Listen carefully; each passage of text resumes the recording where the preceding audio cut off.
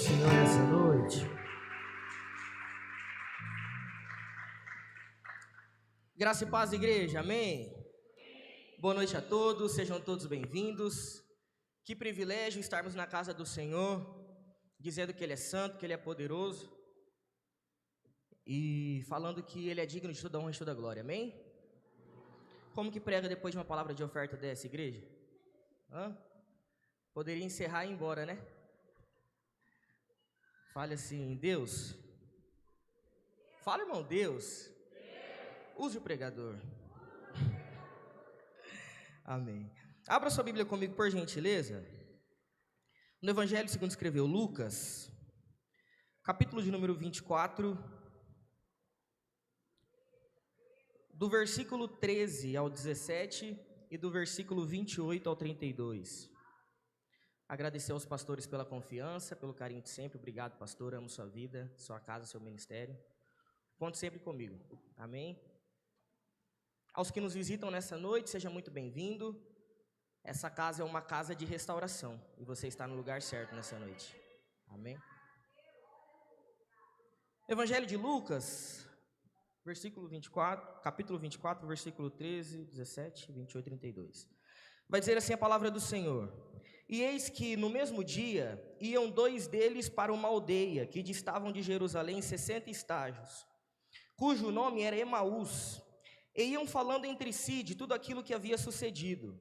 E aconteceu que, indo eles falando entre si e fazendo perguntas um ao outro, o mesmo Jesus se aproximou e ia com eles, mas os olhos deles estavam como que fechados para que não o conhecessem.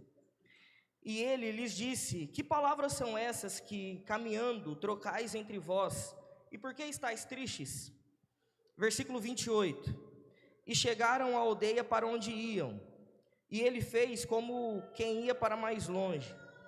E eles o constrangeram, dizendo: Fica conosco, porque já é tarde, e já declinou o dia. E entrou para ficar com eles. Versículo de número 30 vai dizer assim: E aconteceu que, estando com eles à mesa. Repita comigo, por gentileza. No 3, 1, 2, 3. E aconteceu que, estando com eles à mesa, tomando o pão, o abençoou e partiu e lhe deu. Versículo número 31. Abriram-se então os olhos e o conheceram, e ele desapareceu-lhe. E disseram um para o outro: Porventura não ardia em nós o nosso coração, quando pelo caminho nos falava e quando nos abria as Escrituras?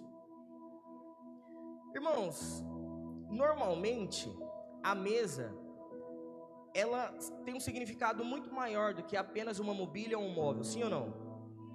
A mesa, via de regra, é um lugar de intimidade, é um lugar onde nós chamamos para se sentar conosco quem nós queremos ter um relacionamento, quem nós queremos conhecer mais. E é interessante porque esse significado, essa simbologia, ela é muito bonita e muito profunda. Para nós, a mesa é um lugar íntimo, restrito e reservado. Muitos de nós temos conversas sérias, temos conversas profundas. Onde? Na mesa. Ou temos aquela refeição maravilhosa, regada de Coca-Cola, zero ou com açúcar? Que igreja fitness, irmãos. Regada de Coca-Cola, com muitas coisas boas, com um pudim maravilhoso. E isso é bênção. Obrigado. Por quê? Porque na mesa nós temos intimidade. Na mesa nós abrimos o nosso coração e nós compartilhamos preocupações, nós damos risada, nós nos reunimos depois de um dia cansativo. E eu confesso que essa mensagem ela foi consolidada no meu coração na segunda-feira, onde o meu irmão e a minha cunhada nos convidaram para um jantar, irmão. Pensa no jantar. Sullivan, no dia que eu falei assim: Moro, hoje é dia 1º de dezembro, eu vou começar uma dieta e eu vou passar o ano pelo menos um pouquinho mais magro. Aí, irmão, eu cheguei lá, pensa no estrogonofe de frango, né, Maurício? Que ele quem fez. Meu irmão cozinha muito, ele é uma benção. O estrogonofe de frango com arroz carbonara, eu nunca tinha comido isso é uma maravilha. E de sobremesa um pudim, olha que coisa maravilhosa. E ali nós conversamos, ali nós tivemos um momento muito maravilhoso, ali o Espírito Santo com certeza estava naquele lugar e quando nós saímos daquele lugar, quando nós saímos da mesa, o Espírito Santo falou, é sobre mesa que você vai falar. Olha para quem está ao seu lado e diga assim, 2025? Não, diga com mais força, 2025? Ainda não acabou. Tem lugar na mesa para você. A mesa nunca é um ambiente neutro. Como nós dissemos, quando nós nos sentamos na mesa, ou nós já conhecemos essa pessoa, ou nós queremos conhecer mais essa pessoa. Se eu te levo para a minha mesa, eu estou dizendo assim, olha, eu confio em você. Olha, eu quero ter um relacionamento com você. Mais uma vez, olha para quem está do seu lado e diga assim, depois dessa palavra, me leva para ter um momento de mesa com você, me chama para jantar. Tem gente que deu glória aí. A mesa é um convite para a intimidade. Quando nós olhamos para a Bíblia Sagrada, nós entendemos que de fato esse significado ele é muito profundo. Como nós lemos nessa passagem, a Bíblia nos conta que dois discípulos, um chamado Cleopas e o outro cujo nome não é mencionado, eles estão caminhando tristes, confusos. Eles estão saindo de Jerusalém e indo até um vilarejo chamado Emaús. A Bíblia nos conta que eles estão tristes, eles estão cabisbaixos, eles estão desanimados. Por quê? Toda aquela esperança que eles possuíam, tudo aquilo que eles haviam visto, tudo aquilo que eles haviam feito, tudo aquilo que eles tinham programado em sua mente, aparentemente havia morrido com Jesus na cruz do Calvário. A Bíblia conta que eles estavam chateados, porém, Jesus se encontra com eles no caminho. E isso é muito poderoso, porque o texto que nós lemos vai dizer que eles começam então a conversar com Jesus. Dobre sua atenção por gentileza. Eles começam a conversar com Jesus. E a Bíblia conta que nessa conversa o coração deles começa a arder. Nessa conversa eles começam a perceber que aquele homem que estava com eles não era um homem comum. Porém os olhos deles estavam como se estivessem fechados. Eles não conseguem perceber que era Jesus. Jesus então com paciência começa a explicar as escrituras. E então quando eles estão já chegando em Emaús, Jesus faz com que, como se fosse, iria mais longe. Aí esses discípulos olham para Jesus e dizem assim, fica conosco. Lembra daquele irmão? Fica, Senhor, já se faz tarde. Só quem é raiz conhece, ó. Tens meu coração para pousar. Amém, senão a gente vai começar a cantar aqui, a gente não termina hoje. Mas até às 11 a gente termina, amém? Tô brincando, irmão. Mas vocês vieram, amém, então vamos então. Irmãos, então Jesus olha e fica constrangido com aquele convite. Os discípulos então convidam Jesus para entrar. Os discípulos convidam Jesus para sentar à mesa. E naquele momento em que eles estão à mesa, um momento aparentemente simples, algo extraordinário acontece. Jesus, ele toma o pão, ele parte o pão e reparte entre eles. Justamente nesse momento, os olhos deles se abrem e Jesus se revela como sendo o Cristo ressuscitado. Jesus, ele poderia ter se revelado durante o caminho.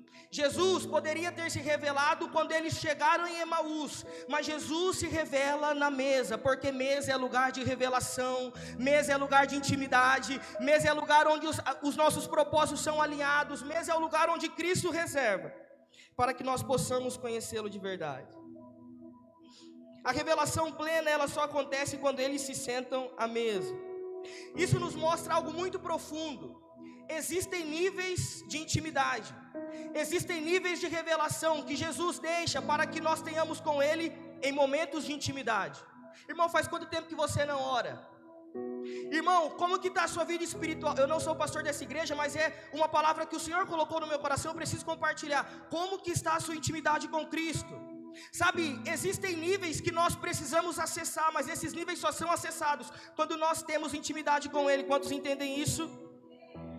A intimidade revela o que a caminhada não revelou. Repita isso, a caminhada revela. Perdão, a intimidade revela o que a caminhada não revelou.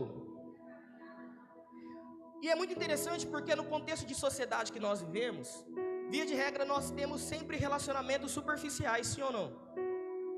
Muitas vezes nós seguimos alguém nas redes sociais, no Instagram, no Facebook, alguém que nós nunca vimos pessoalmente, alguém que nós nunca trocamos uma conversa, mas ali você começa a seguir essa pessoa, você começa a curtir, compartilhar, comentar aquilo que ela curte, que ela posta.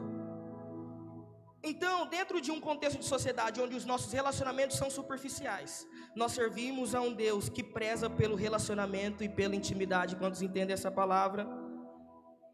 Dentro da cultura judaica, sentar-se à mesa era um ato que simbolizava muita coisa.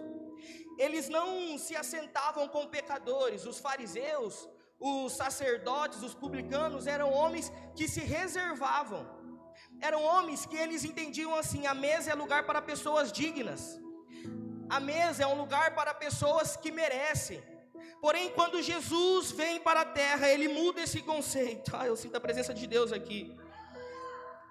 Jesus olha e diz assim: a mesa é lugar de perdão, a mesa é lugar de uma vida nova, a mesa é lugar de relacionamento comigo. Por isso que os publicanos, lá em Lucas 15, versículo 2 vai dizer: este recebe pecadores e come com eles. Por quê? Porque isso na cultura dos judaizantes, na cultura judaica, era algo inimaginável. Eles olhavam e diziam assim: ele se diz o Cristo, ele se diz o Filho de Deus, mas come com pecadores, ele tem comunhão com quem não merece. Mas Jesus veio montar uma mesa justamente para aqueles que não merecem. Você merece? Se você não merece, levante a sua mão. Somente aqueles que não merecem, que reconhecem que de fato o lugar nós não merecemos, mas pela graça nós acessamos, porque Ele prepara uma mesa para nós, Ele prepara um lugar de intimidade para nós, e é justamente na mesa onde nós somos restaurados. Aqueles que creem nisso, adorem ao Senhor nessa noite.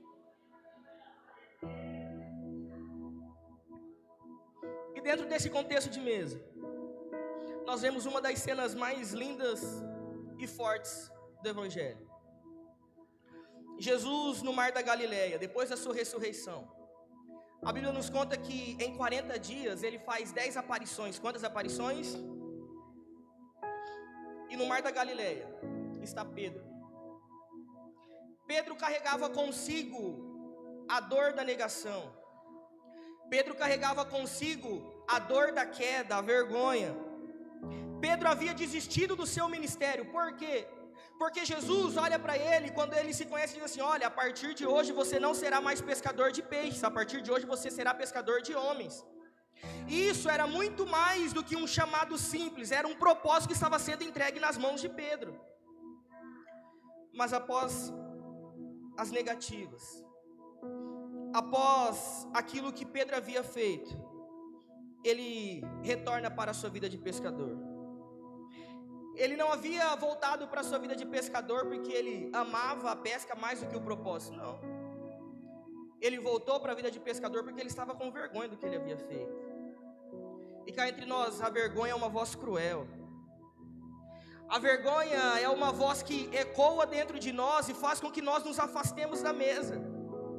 A vergonha te julga, ela olha e diz assim: você não merece, você não é digno. A vergonha tem uma voz, e Pedro, eu imagino que ouvia essa voz constantemente, porque ele se afastou do seu ministério. Ele volta para a sua vida de pescador. Mas Jesus não desiste daqueles que ele entrega a propósito. Eu vou repetir isso aqui: Jesus não desiste daqueles que ele entrega um propósito. Eu não sei quem me ouve nessa noite, mas eu tenho algo para dizer para você. Jesus não esqueceu dos propósitos que ele confiou nas suas mãos. Jesus não esqueceu dos talentos que ele confiou nas suas mãos. Você pode estar com vergonha, você pode estar desanimado, você pode estar chateado, mas o mesmo Jesus que encontrou Pedro está aqui nessa noite e veio para preparar uma mesa para você. Quantos creem nessa palavra?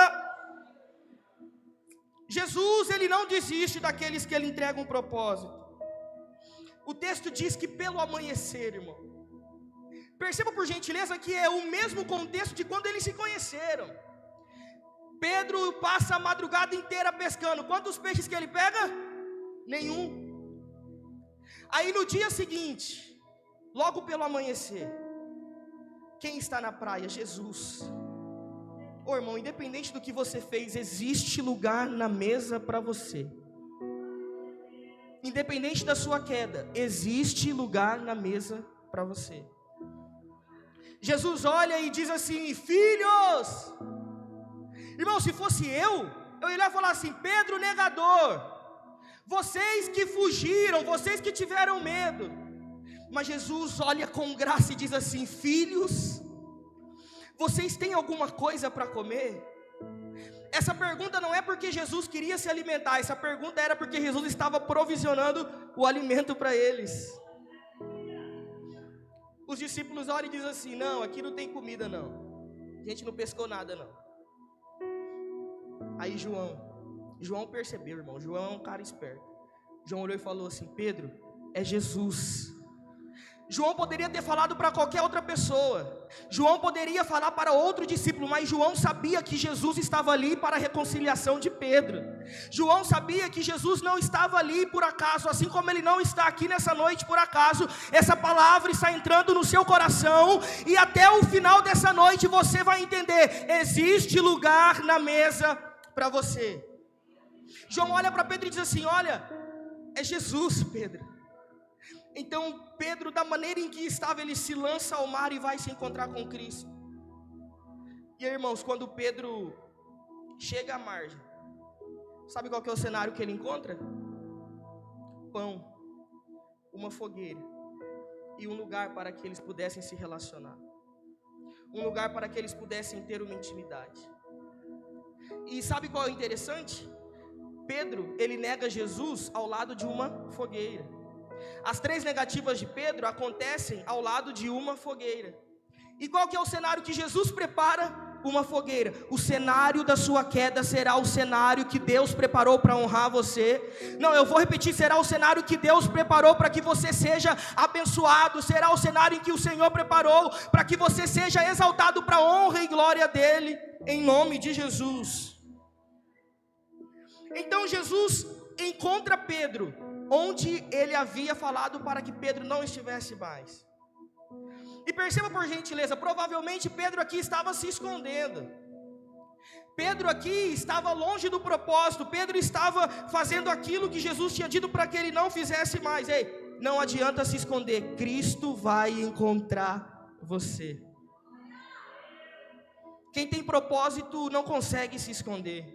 Quem tem um chamado não consegue se esconder. Você pode até tentar se esconder dos pastores, da liderança, de alguma coisa de homens, mas o Deus que achou Pedro lá escondido no meio do mar é o Deus que nos acha nessa noite. Quantos entendem essa palavra? O salmista escreveu em Salmo 139, versículo 8: se eu subir ao céu, tu lá estás. Se eu fizer a minha cama no mais profundo abismo, lá estás também. Os olhos dos homens podem até não te encontrar, mas Jesus te encontra. O Espírito Santo te acha. O Deus Todo-Poderoso sabe onde você está. Lembra da passagem de Gideão malhando trigo no lagar? O lagar não era lugar para se malhar trigo. O lagar era um buraco onde se pisavam as uvas. Aí o que Gideão está fazendo lá? Gideão está com medo. Gideão está malhando trigo no lugar que não era para malhar. Aí quem que aparece? O anjo do Senhor dizendo assim: ser forte e corajoso, Gideão, e vá nessa tua força. Eu não sei onde você anda se escondendo. Eu não sei onde que você está procurando se esconder. Mas o Deus que encontrou Pedro é o mesmo que encontra você. Jesus olha para Pedro e diz assim: Pedro, tu me amas? Jesus não pergunta: Pedro, por que você me negou? Jesus não olha para Pedro e diz assim: Pedro, eu não te falei que você ia negar e você duvidou? Não. Jesus, ele não faz com que a ferida seja reaberta, não. Quem faz isso somos nós. Sabe, existem feridas que quando estão quase cicatrizando no seu coração, o que você faz? Começa a relembrar. Você começa a reviver. Sabe, coisas que o inimigo lança na sua mente dizendo assim: se você não tivesse caído, onde será que você estaria? Se aquela pessoa não tivesse feito mal para você, onde será que você estaria hoje? Se você não tivesse perdido aquela oportunidade de emprego tão boa que você perdeu, onde será que você estaria hoje? feridas que nós mesmos abrimos nos nossos corações. Mas Jesus, ele não reabre a ferida. Pare de ficar reabrindo feridas. Jesus olha e diz assim: Pedro, tu me amas? E enquanto Pedro responde, à beira da mesa, à beira do mar, comendo pão, ao lado de uma fogueira, Pedro está sendo retratado, Pedro está devolvendo aquilo que o Senhor havia dado para ele, o propósito, a intimidade. Jesus nunca prepara a mesa para quem é perfeito. Olha para quem está do seu lado e diz assim: Jesus, não, diga com mais força, Jesus, ele não prepara a mesa para quem é perfeito. Ele prepara a mesa para quem quer ser restaurado. Jesus não apenas chama Pedro de volta, ele chama Pedro para mais. Irmão, só Jesus que numa tratativa de uma reconciliação, irmão, ele olha e fala assim: tu me amas, tu me amas, tu me amas. Aí ele fala assim: então amém, vai lá e você vai pastorear a igreja vai ser estabelecida sobre você. Porque Jesus não olha para os nossos pecados, Jesus não olha com a intenção de nos acusar, com a intenção de nos destruir, não. Jesus olha e diz assim: eu sei que o propósito que eu entreguei nas suas mãos é muito maior do que aquilo que você pode imaginar. Mesmo que você pense que você falhou demais, que você se afastou demais, se machucou demais, ainda há um lugar na mesa reservado para você. A tua queda não cancelou o propósito, a tua falha não anulou o propósito. A mesa é o lugar onde Deus te lembra disso, amém? Quando nós continuamos olhando para esse sentido, dentro da Bíblia Sagrada, sobre a importância da mesa, nós encontramos uma passagem poderosa, no livro de 1 Samuel, capítulo de número 20. Logo após Davi derrotar Golias, ele faz uma aliança com Jonatas. Ele olha e diz assim: olha, eu juro, eu faço uma aliança contigo, que eu irei honrar a sua posteridade. E da mesma forma, Jonatas faz essa aliança com Davi. Ele olha e diz assim: e eu também prometo que eu irei honrar aqueles que virem depois de você. O tempo se passa, Jonatas morre, o rei Saul também morre, e agora o rei de Israel e todo poderoso é o Davi. Davi está agora reinando sobre Israel. Então, quando nós vamos para 2 Samuel, capítulo de número 9, nós vemos que Davi se lembra da aliança que ele fez com Jonatas, e isso é poderoso, porque o rei não esquece das promessas que ele faz. O rei não se esquece das promessas que ele faz. Davi olha para um servo chamado Zibe e diz assim: ei, eu me lembrei da aliança que eu fiz com Jonatas. Você sabe me dizer se existe alguém da linhagem de Saul, da linhagem de Jonatas, que eu posso honrar? Esse servo olha para Davi e diz assim: olha, existe um. Irmão, percebe que coisa, olha que homem perturbado era o tal do Ziba. Davi, ele pergunta se existia alguém, era só Ziba responder o quê? Sim ou não? O que Ziba olha e fala? Ziba olha e fala assim: existe, mas é um coxo, é um aleijado. E pior, ele mora numa cidade chamada Lodebar. O significado dessa cidade era sem pasto, ou seja, sem mantimento, sem palavra e sem promessa. O nome desse homem era Meribe Baal, mas ele era chamado de Mefibosete. Então o rei olha para Ziba e diz assim: mande chamar Mefibosete, eu quero ter um tempo de mesa com ele. Oh, irmão, isso é poderoso demais. Davi manda chamar Mefibosete, e Mefibosete chega tremendo, com uma visão distorcida de si mesmo. Sabe, o pecado, a falha, os nossos erros nos fazem ter uma visão distorcida de quem nós somos, sim ou não? Quantas vezes nós olhamos para nós mesmos achando que nós não merecemos, achando que nós não somos dignos, achamos que nós somos a pior pessoa do mundo, porque o pecado faz isso. Esse tipo de coisa faz com que a nossa mente seja distorcida sobre quem nós realmente somos. Então, quando nós abrimos a Bíblia em 2 Samuel, se puder projetar por gentileza, capítulo 9, versículo 6 e versículo 7. 2 Samuel, capítulo 9, versículo 6, versículo 7. Eu já vou lendo para ir adiantando. E Mefibosete, filho de Jonatas, o filho de Saul, veio a Davi e se prostrou com o rosto por terra e inclinou-se e disse Davi: Mefibosete. E ele disse: eis aqui teu servo. E disse-lhe Davi: não temas, porque de certo usarei contigo de benevolência por amor de Jonatas seu pai, e te restituirei todas as terras de Saul teu pai. E perceba por gentileza a parte final do versículo: e tu sempre comerás pão à minha mesa.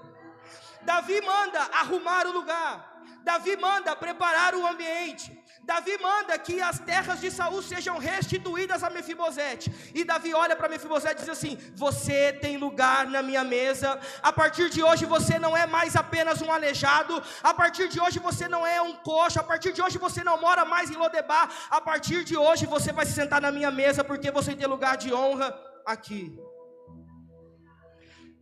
O nosso Deus, Ele faz com que isso seja uma verdade na minha e na sua vida. Quando nós pensamos que nós não merecemos, quando nós pensamos que o nosso tempo já se foi, Ele prepara um lugar de mesa para nós. Já caminhando para o final da palavra, Evangelho de Lucas, capítulo 5, capítulo 15, a partir do versículo 11. Talvez uma das passagens mais conhecidas da Bíblia Sagrada, o filho pródigo. O filho pródigo, ele decide sair de casa. Não foi o pai que expulsou o filho pródigo, não foi o irmão mais velho que expulsou o filho pródigo, ele quis sair. Mas em determinado momento ele se lembra: na mesa do meu pai. Sabe, talvez eu esteja ministrando para alguém que está afastado dos caminhos do Senhor, ou talvez eu esteja ministrando para alguém que há muito tempo já se sente indigno de estar à mesa. Mas nós que somos filhos, o lugar da mesa está reservado para nós. Existe lugar na mesa reservado para mim, existe lugar na mesa reservado para você. O filho pródigo, perceba por gentileza, ele prepara um discurso e ele decora esse discurso. Antes de começar o caminho de volta, ele pensa assim e começa a ensaiar: pai, pequei contra o céu e contra ti, não sou mais digno de ser chamado teu filho, trata-me como um dos seus empregados. E cá entre nós, irmãos, pelos olhos humanos, de fato o filho pródigo não merecia voltar. Pelos olhos carnais, o lugar do filho pródigo de fato já não era mais dele. Ele desperdiçou tudo, ele abandonou a casa, ele feriu o coração do pai, ele se afastou da mesa por escolha própria. Mas a mesa não é lugar para perfeitos, a mesa é lugar de filhos, aleluia. A Bíblia nos conta que o pai, ele esperava o filho, enquanto o filho ainda estava longe, enquanto o filho ainda estava no caminho. A Bíblia nos conta que o pai enxergou ele no caminho. O pai olha de longe e quando ele vê que o filho está voltando para casa, ele vai até o filho e abraça e beija o filho. O filho então começa a falar o discurso que ele havia ensaiado: pai, pequei contra o céu e pequei contra ti, já não sou digno de ser chamado teu filho. Quando ele ainda está falando o seu discurso, o pai interrompe ele.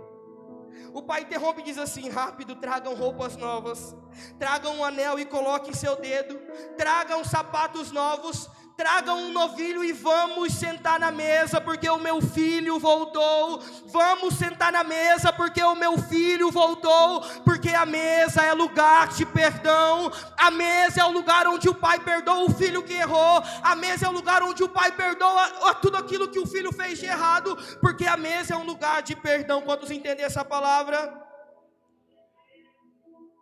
Nós não merecemos o lugar à mesa. Eu não mereço o lugar à mesa, porque eu sou falho. Mas a mesa não é lugar para quem se acha perfeito. A mesa é o lugar onde o pai perdoa os filhos. Lá em Apocalipse capítulo 3, versículo 20, olha que passagem poderosa. Jesus olha e diz assim: eis que estou à porta e bato. Se alguém ouvir a minha voz e abrir a porta, entrarei em sua casa e cearei com ele, e ele comigo. Jesus aqui não está falando apenas de uma visita rápida. Jesus aqui está falando de relacionamento. Jesus aqui está falando de intimidade. Jesus, ele não quer apenas uma quarta-feira da sua semana. Jesus não quer apenas um domingo do seu mês. Jesus não quer apenas algo superficial contigo, Ele quer um relacionamento com você. Ele quer ter intimidade com você. No texto que nós lemos vai dizer que existem apenas duas condições que impedem Jesus de estar à mesa. A primeira é ouvir a voz. Jesus olha e diz assim: se alguém ouvir a minha voz, a voz do Pai está dizendo nessa noite: existe lugar na mesa para você. A outra condição é abrir a porta. Sabe, a porta muitas vezes pode ser algo que eu e você construímos, ou pode ser uma angústia. Eu não sei se é a porta da frustração, a porta do pecado. Eu não sei quais foram as portas que você criou ou que o inimigo criou para que você pensasse que não tem acesso à mesa. Mas nessa noite nós iremos orar e eu tenho certeza que tudo aquilo que te impede de voltar irá cair por terra em nome de Jesus, porque nós temos lugar na mesa. Se coloque de pé, por gentileza.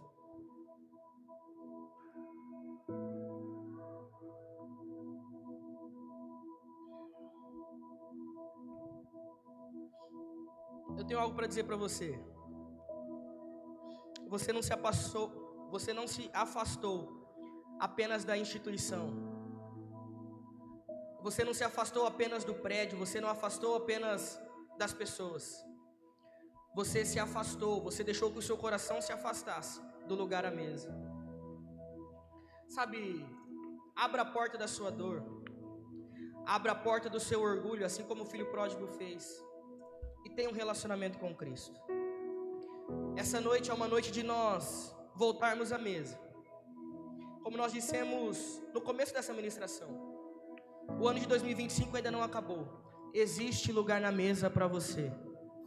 Irmão, eu tenho certeza que você não saiu da sua casa por acaso. Sabe, existiam vários outros programas que você poderia fazer. Mas olha só onde você está aqui ouvindo a palavra do Senhor e Ele está dizendo: existe lugar na mesa para você. E eu vou profetizar sobre a sua vida, antes que o ano de 2025 se acabe, aquilo que o inimigo tem colocado para que você não tenha acesso à mesa, será derrubado por terra em nome de Jesus. Nós declaramos no mundo espiritual, correntes sejam quebradas, portas sejam derrubadas, existe lugar na mesa e nós iremos acessar, nós iremos ter um relacionamento com Cristo, nós iremos ser perdoados na mesa.